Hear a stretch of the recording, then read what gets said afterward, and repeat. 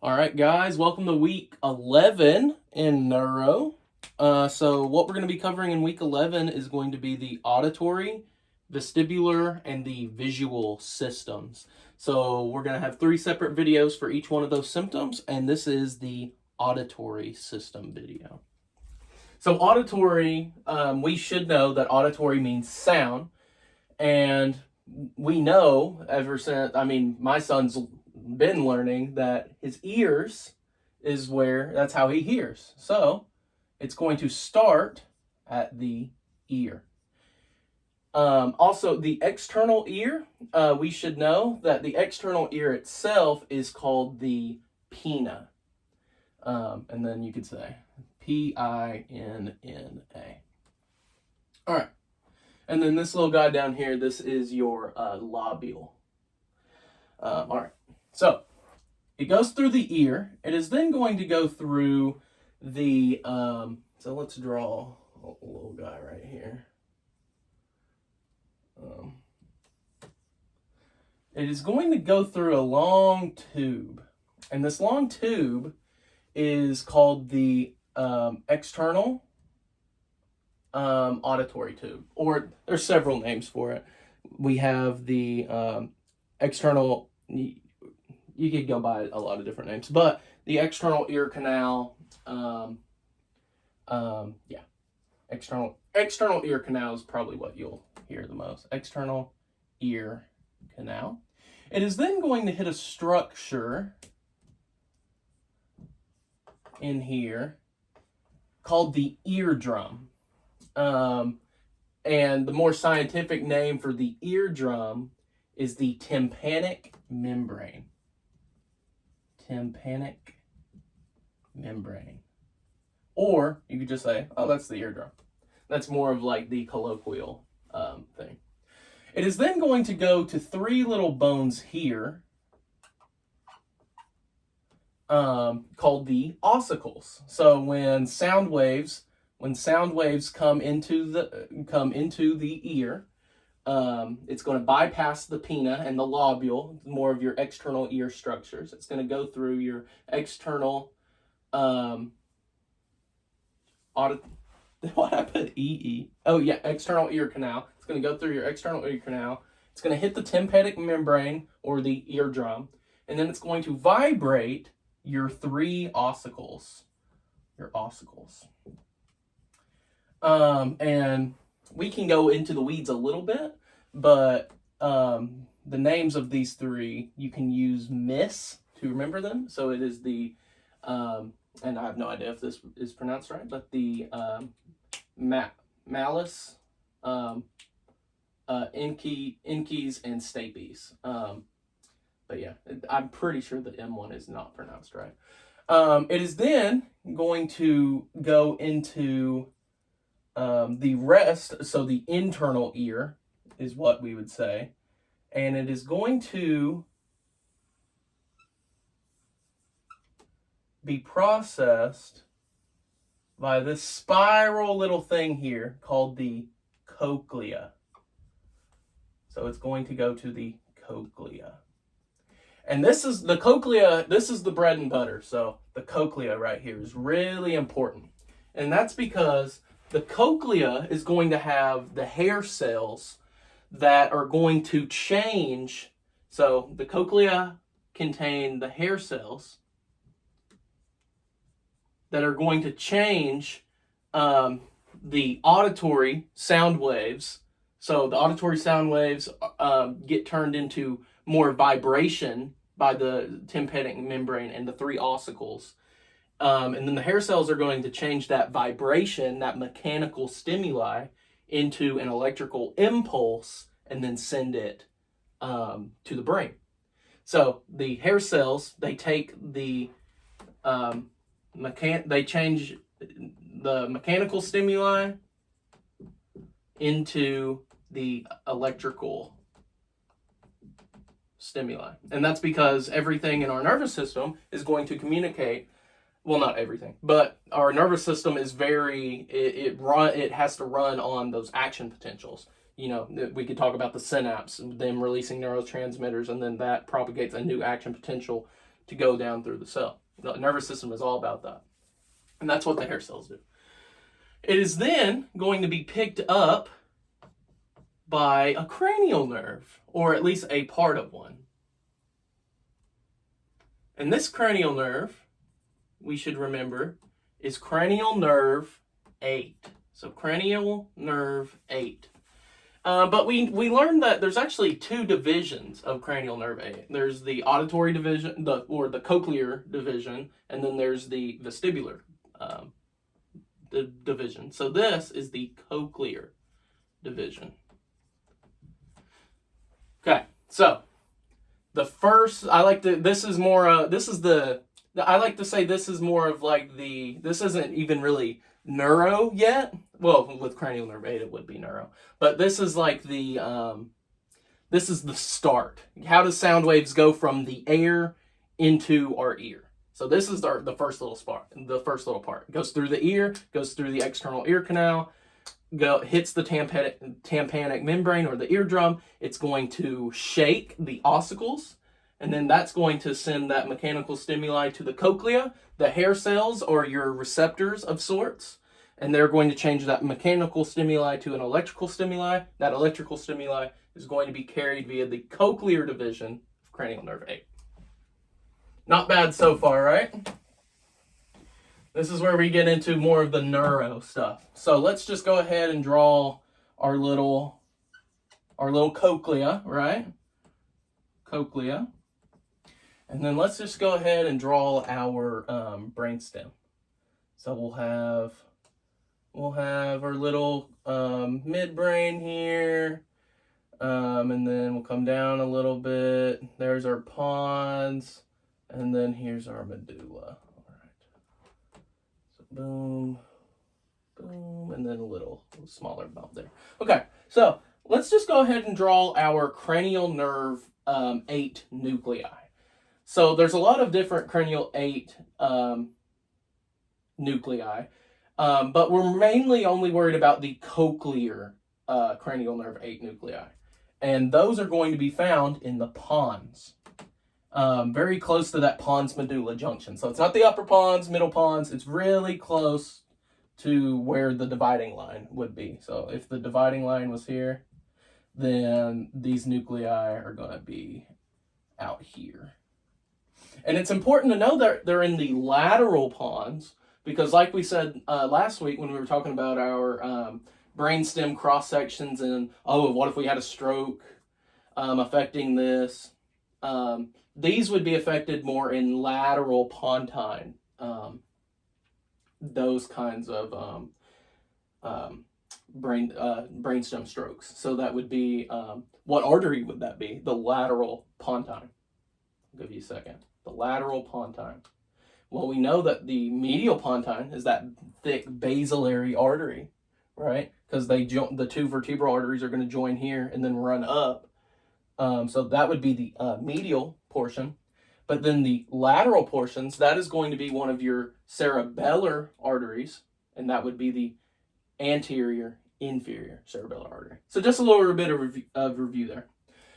All right, so we have the cochlea. And actually, I'm going to go ahead and just erase that way. That way it doesn't get in our way. So cranial nerve 8, specifically the cochlear division, is going to pick this up, and then it is going to send it to both of these cranial nerve nuclei. So this is cranial nerve 8, cochlear division, CD, cochlear division. All right. Well, where does it go from there?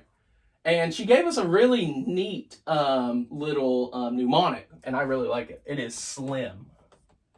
So once we get to the cranial nerve 8 nuclei, and notice I drew 2 of them. We have a ventral and we have a dorsal cranial nerve 8 cochlear nuclei. But SLIM. So this is going to be our after cranial nerve 8 nuclei. Where does the auditory stimulation go? The S stands for the superior olivary nucleus. Had a little voice crack there. The L stands for the lateral lemniscus. And this should some of these should sound pretty familiar based off last week's videos because we covered each of these. We have the inferior colliculi. And we'll make this a little posterior view, that way we can see those colliculi. There we go. Actually, I don't like that. Let's draw the inferior ones a bit lower.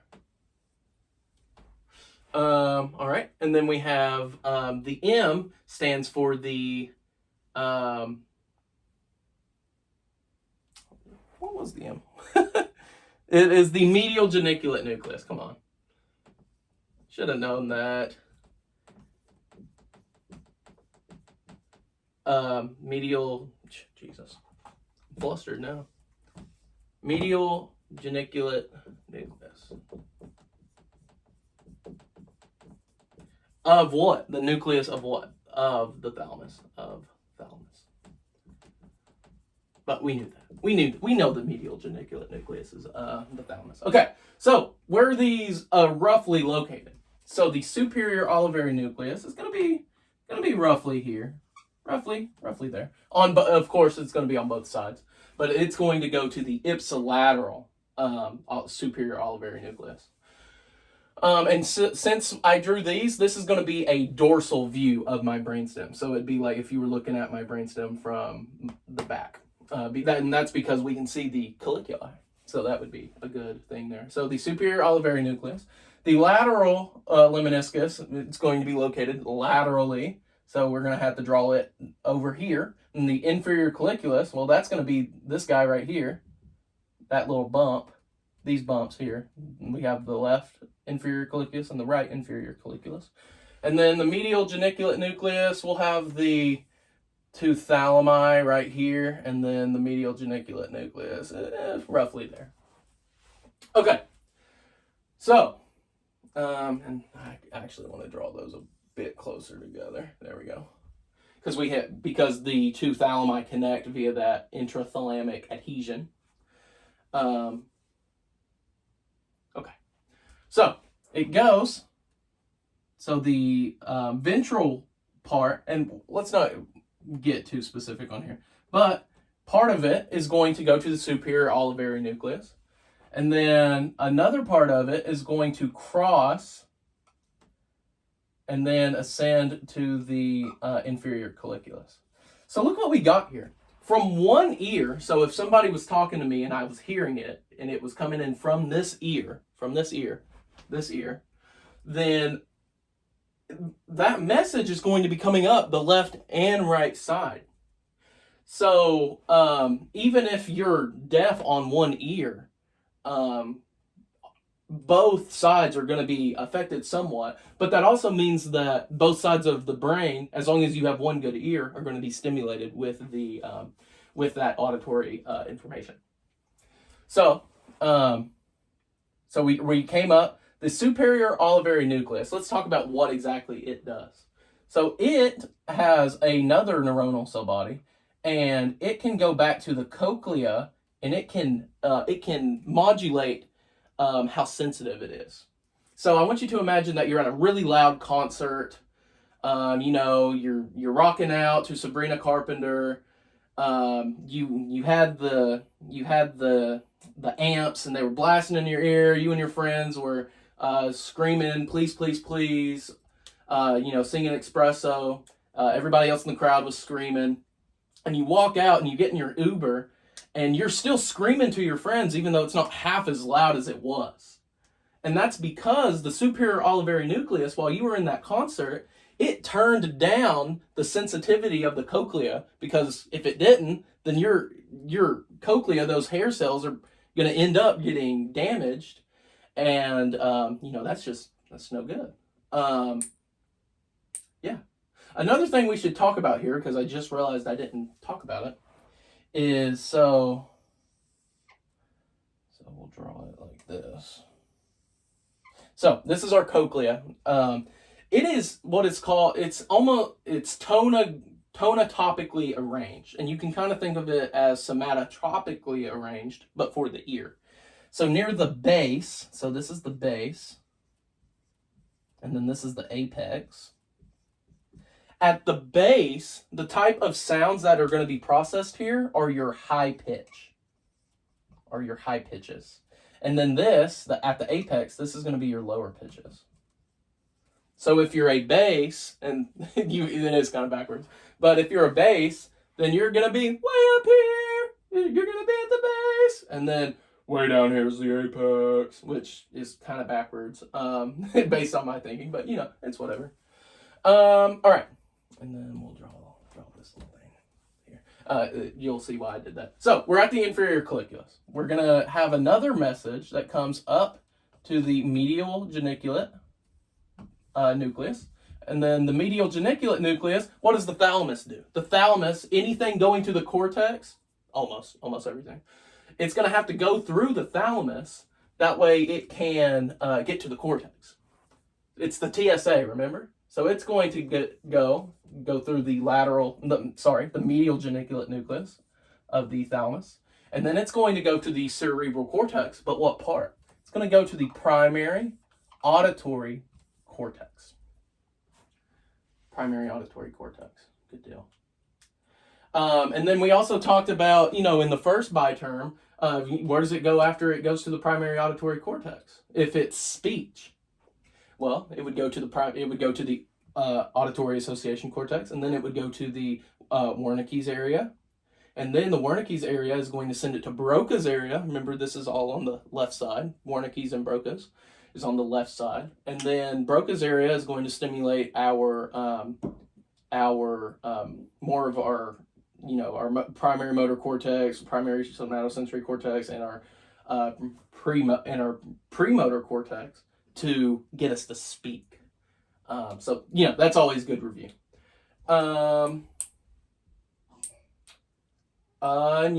That's I'm looking over to see if I'm missing anything. Oh, real quick. When we're talking about the inferior colliculi, what else? So we talked about last week that the inferior colliculi does auditory stimulation, and now we get to see how exactly it does that. But also remember that it's involved indirectly with the tectospinal tract. So, remember our tectospinal tract is our reflexive head and eye movements to auditory and visual stimulation. So, what the inferior colliculi can do, it can send a message to the superior colliculi, and then the superior colliculi, that's where our tectospinal tract starts. So then, that's how the tectospinal tract responds to sound also, even though it's coming out of the superior colliculi. It's because the inferior colliculi can communicate with the superior colliculi. All right, let me look to see. Oh, yeah, I should have mentioned that. So, how the place where the